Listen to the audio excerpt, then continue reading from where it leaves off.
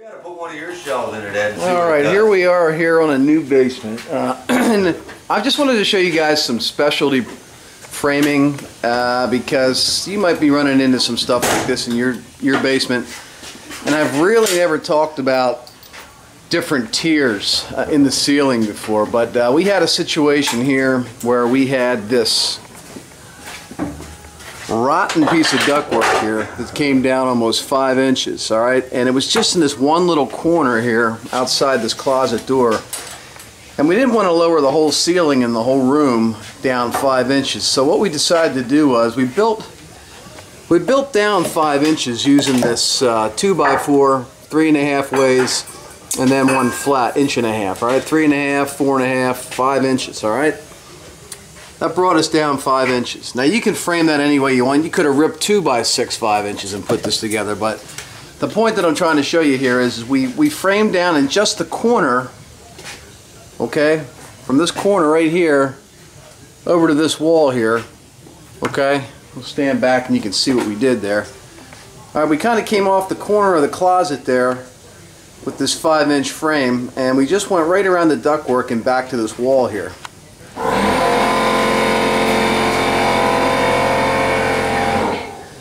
And then instead of running that 5-inch frame the whole way across the room here to this wall over here, we went back up to our traditional banding, which is just 1.5 inches thick. All right, and the reason that we did that was we had a condensation line up in here, which is the line from the air conditioning unit outside in the yard that runs into the indoor unit. And 1.5 inches kills this. So we just used some traditional 1.5 inches 2x4s flat weights right here, shot them up to the floor joist, and that swallowed up our condensation line. All right, that's up inside there now. And we tried to keep it all off the corner of that wall over there. And that might seem a little confusing to you, but you can see how we come off the corner of the wall, we're 5 inches down, and then we step up right there to the 1.5 inch banding, and then the 1.5 inch banding continues down to that wall. All right, so we have, in the end here, we have a two-tier ceiling, 5 inches to get underneath the ductwork, and then 1.5 inches to get below the condensation line that goes to the air conditioning unit. And then the rest of the ceiling on this whole side of the basement, we're back up to the bottom of the floor joist because there's nothing else on our road. All right, everything else is up past the plane of the bottom of the floor joist. So we're good for the rest of the basement ceiling in this room to go all the way up. So, you know, we made the best sense we could out of a bad situation. We tried to keep it clean and streamlined. We did have to come down, unfortunately, 5 whole inches there. But that's the nature of the beast. We couldn't reroute this ductwork here.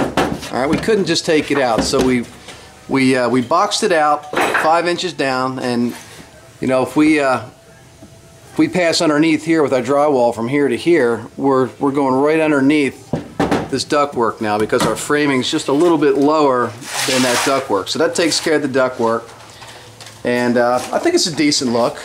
This is a very old home, probably built in the early 50s, not late 40s. We only have a ceiling height down here of about 7.5 feet from the concrete floor to the bottom of the floor joist. So, you know, you can finish your basement in any style home, any age home, as long as you got at least, I mean, I like to tell people you should have at least 7 feet. I mean, I like 8 feet. You know, everybody I'm sure would like to have 8-foot ceilings, if not 9-foot ceilings. But if you got a low ceiling in your basement like this one, 7.5 feet isn't traditional. It's 6 inches lower than standard. You're still okay. When you drywall this ceiling, it's still going to give you a good height. Now, what you don't want to do with a ceiling that's 7.5 foot high is put a drop ceiling in, because then you're going to lose about 3 more inches, and it's going to feel like it's coming down on top of your head. So if you have a low ceiling, you're definitely going to want to drywall your ceiling and keep it as high as possible. Tom, you look like you're having a great time this morning. Doty doty. Yes, we're loving life again. You're loving the framing, aren't you? Life. Yes, you are. Doesn't get any better. All right, guys. So I hope that may have helped you out with one of your problems with your ceiling framing. The ceiling is the hardest thing to frame in a basement because most of your obstacles are overhead in the basement. As I'm sure you probably already know, all the pipes and the ductwork and the wires and whatnot, you got to work around all of it. And there's just one more example of how you can frame around different obstacles in your basement and make it look great.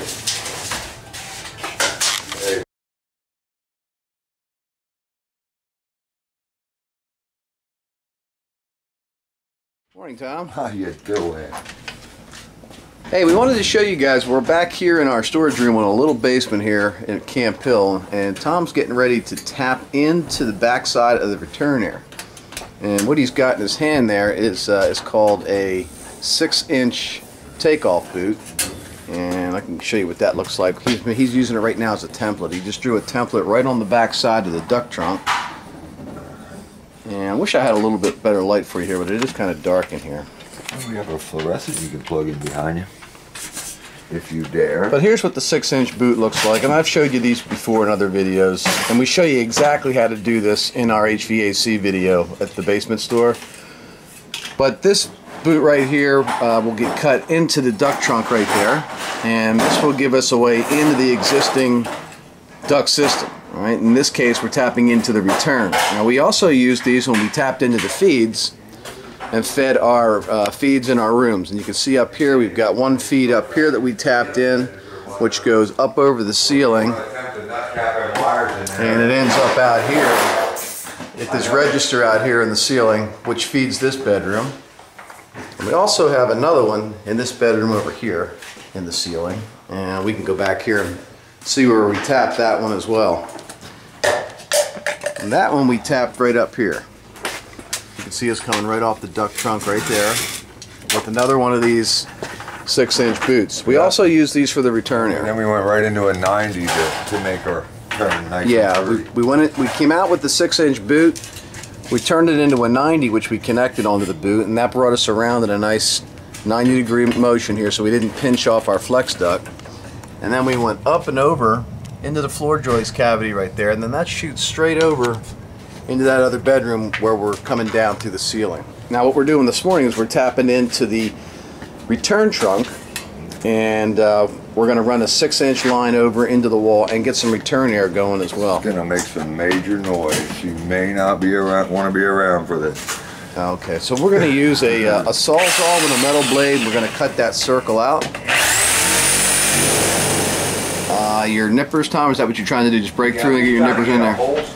So he's trying to get just a slit started with the Sawzall, just enough to get the end of our shears in there, and then we're going to use our tin snips to cut the circle out.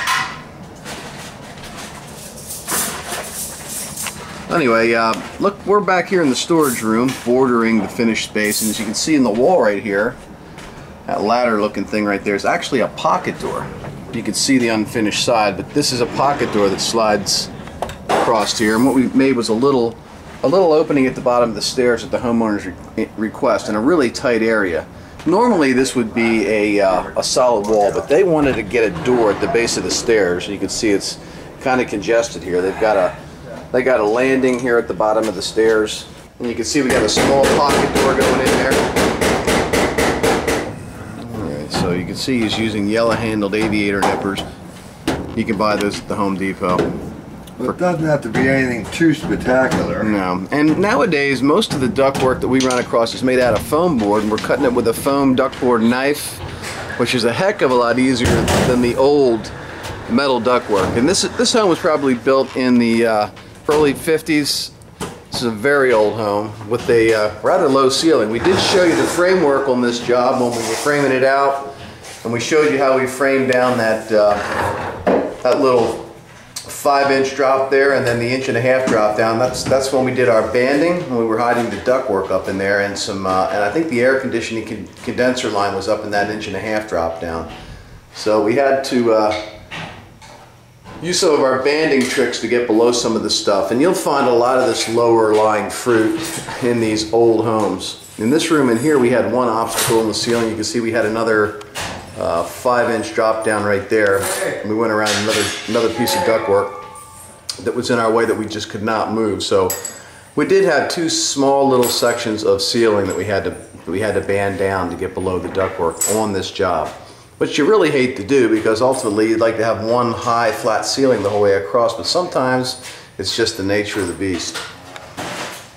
We've also got one of our closet doors right here that we went in underneath the stairs. You've seen us do this in other videos as well. And when you open up the door, you can actually see there's the stairs going up. The closet ceiling actually goes up with the angle of the stairs, but it still gives us some space underneath the steps to put some closet-made shelving in and create a half decent closet for storing stuff, or in this case, hanging some clothes and you know, keeping the shoes and whatever else you're going to put in this closet. This is actually going to be a bedroom. Actually, they're both bedrooms. We enlarged the home by making 2 bedrooms in the basement for them. Yes, Tom? Ready to do this back here. Okay. All right, Tom's ready to put this 6-inch boot on now for the return air. We can see he's got a nice hole in the ductwork there. All right, so we're using metal foil duct tape with the self-sticking back on it here. You peel the paper away from the tape. Yeah, and this is foil now. It's actually metal tape. It's not standard duct tape. It is actually made out of metal, real thin metal, as a matter of fact. Okay, now. All right, so this 6-inch collar is going to get inserted into this hole. And then what Tom's going to do is he's going to bend those perforated ears on the side of the collar. You can see those slits going around the outside. Once he gets it into position, he'll stick his hand inside there. And what he wants to do is get it flat back against the ductwork, just like he has it. Once you get it back tight, you reach your hand inside and you bend those ears around until they press tight inside against the duct trunk. And that secures it into position. And once you get it all bent back, you'll take your foil tape and then you'll go around the outside and you'll tape this flange to the ductwork, creating a nice seal. All right, so now what we're doing now is we're putting a return into the return trunk. And when you're in the return trunk, the air is being sucked back out of the room into the furnace through the filter. And then, you know, it's getting filtered and then put back into the room through the feeds. So we had to get some return air action going, and we're only going to be putting one main return in, to feed both bedrooms with return air. So we'll get that all taped on there nice, which he has done, and then we're going to switch over to our flex duct. We buy this at Home Depot. We got a box of it right over here. You can see it's insulated flexible duct, 25 foot. And this is 6-inch. We're doing everything a 6-inch. You can use 4-inch, 6-inch. They make 7-inch, 8-inch, and they sell it all at Home Depot. We're using kind of middle of the road here. We're using the 6-inch variety, which is plenty for what we're doing here. Now there's where we're actually going to be connecting into our return air. We're doing a low return here because we're in the basement and heat rises, and we don't want to be sucking all the heat back out where it's going to be gathering at the ceiling. So we put a low return in. And Tom's got the flex duct out here on the floor. We're going to be connecting one end to the register right there, going into the finished side, and the other end right over here to the 6-inch collar that we just put into the return stack. I'm going to let Tom finish that up here, and we'll take a look at that then when he's got it all done and see how the connection between the two looks. So boiled down, that's how you do a return air into your finished area. And if you want to see more detailed video on this, check out the heating and cooling HVAC video we have at the basement store. And you can see we got a set of French doors down there going between one bedroom into the other, which I think is a nice touch. Someday that back room there is going to be an office, from what I understand, so they wanted to have the French doors all ready to go for when the children grow up, they can convert that into an office. We also put new windows, new replacement windows in the basement there. You can see we still got the tags on them. We ripped out the old cast iron frame windows and put in some modern vinyl clad replacement windows, and those are right off the shelf at Home Depot. I think they were like $69 or whatever a window. We built our birch boxes and extended our window jamb out until we got to the plane of our wall. out here to our drywall. Very deep windows. These are about 14 inches deep because we had some pipes that we had to go around inside this wall. That made this frame pretty far away from our outside block wall, concrete wall, and that created the deep window wells, which you can put a plan up there or sit some knickknacks up in there, a real nice window box. Inside this closet door right here, we've got one of our staple basement things we always have to work around on most jobs, and that was the sump pump, which is in there that operates the waterproof system. If you can see, there's a perimeter waterproof system going around the perimeter of this basement the whole way around because they had a water problem, and this sump pump in here has the pump in it that takes away the groundwater that the waterproof system collects, and it's stuck out from the corner of the basement walls about 2 foot in each direction. So we just built this little closet right around it there and put a standard raised panel door on it to match the rest of the house. We also replaced the exterior door right there, which goes to the backyard, with a brand new 6-panel 36-inch insulated steel door. That was part of the project. So we have a new exterior door. We've got another replacement window in here. Again, it has that nice deep window well, about 14 inches deep. They're extra deep. They're normally not that deep, but because we had some of the waterproof system pipes underneath the window, we had to build in front of those pipes. We couldn't remove them, and that created the depth that you're looking at there for that basement window. We got another little bifold closet we had to build in the corner here.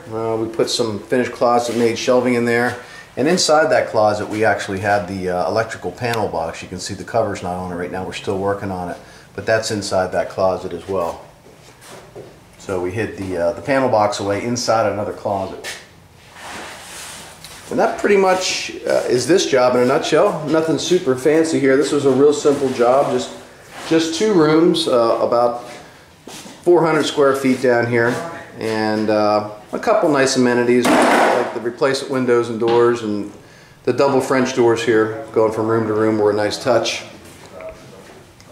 At the top of the stairs, we did our full light French door, 15 light door. You can see they still got the painter's plastic on that, but that's a glass door up there, tempered glass door, which is a nice touch at the top of the stairs. Do that on every job. And there's that pocket door at the base of the stairs, which will enable them to come down to the landing and zip right into the unfinished area where they have their washer and dryer.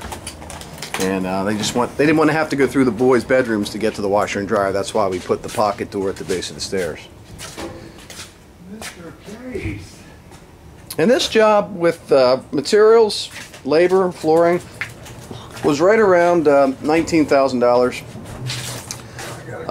If you were doing this basement by yourself, and you did all the work yourself, you'd probably be looking somewhere in the neighborhood of about $4,000 to $5,000 in materials. So the rest of that is labor. So that's one heck of a savings if you would do this type of a basement project yourself. You'd save a heck of a lot of money. Now we're doing this for a client who doesn't have the time to do their own basement and didn't have any desire to do it. So, and that's the going rate here in Harrisburg, Pennsylvania. It may be less in your area, it may be more, but that's average for about 500, 600 square foot of living space in our area. Right around 20 grand without a kitchen or a bathroom or a bar. You know, just framing basically, drywall, trim, and doors for about 500, 600 square foot, right around 20,000. Did you tell them, you know, granted we did put our heating ductwork in first on the job, but we always save connecting the return air until we're done with the job, done sanding, done everything. That way we're not sucking all this construction That's a good point. That's a good point. You know, we actually waited to put the return in on the last day when we're out of here, so we're not, right. You know, after we vacuum everything. So we're not out. sucking the construction debris off the floor and distributing it to the rest of the house. Because this system's running to the whole house. Yeah, and like I said, we purposely waited on that just for that reason. You know, just a note. Yep, that's a good note. And the feeds that were in the ceiling, we hooked them up as soon as we put them in so we could blow warm, dry air into the basement while we were finishing the drywall. Absolutely. So that kept the nice warm air moving, helped us. You can see we're not painted in here yet. All of our walls are are still just sanded out, but they're all ready for paint. But all this drywall compound that we had on the walls here, all these nails and all these joints we had between our pieces, if you don't have moving warm air in the basement or fans going or something to keep the air moving, your drywall compound can take days longer to dry. So we always connect our feeds and get our heat moving early in the project so that when we do hang our drywall, we've got nice warm air being pumped in. So that's pretty much it for this basement here, guys. We'll let the homeowners get this painted and get the rugs in, and maybe we'll stop back with the camera and take a look at the finished project.